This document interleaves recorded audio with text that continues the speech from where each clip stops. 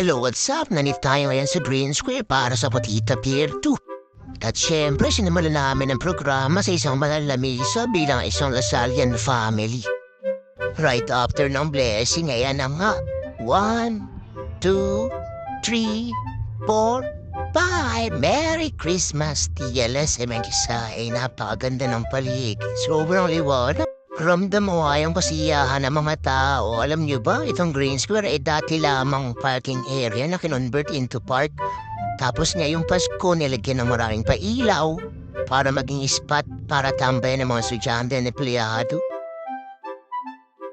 Tuwang-tuwang nga yung mga nagputok ng party poppers to know. Shoutout sa inyo mga lodi. Epic fail nga hindi pa dapat talaga sisindihan kaso narito yata yung tagabukas ng switch. Haha. Pero okay lang, masaya naman diba, Josie and Daniel?